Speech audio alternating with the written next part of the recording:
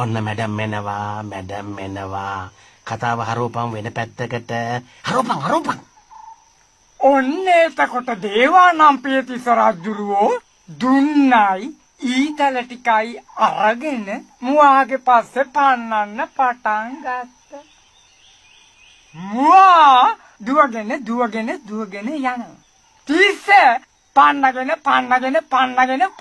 යනවා. ආය මුවා දුවගෙන යනවා. ගියා. දැන් එතකොට ඔය මාමණ්ඩියා කියන එක මන් නැති වෙලාවට වෙන මොනවද කියන්නේ? ඕකා කියනවා. ඕකා කිව්වේ? මාමණ්ඩියා. එතකොට අපේ කී මොකද කියන්නේ? අපේ කී කියනවා. අපේ කී? ඔන්න ඒ කියනවා. කතාව හරවපන්. ඔන්න එතකොටම දේවානම්පියතිස්ස රජුරෝ දුන්නයි ඊතල ටිකයි අරගෙන මුවාගේ පස්සේ පන්නන්න ගත්තා. මුවා දුවනවා. තිස්ස පන්නනවා. මුවා දුවනවා. ගියා. දැන් මොකද අපේ කී කියන්නේ? අපේ කී කියනවා තිස්ස නවතිනු වේ. අපේ කී එහෙම කිව්වා?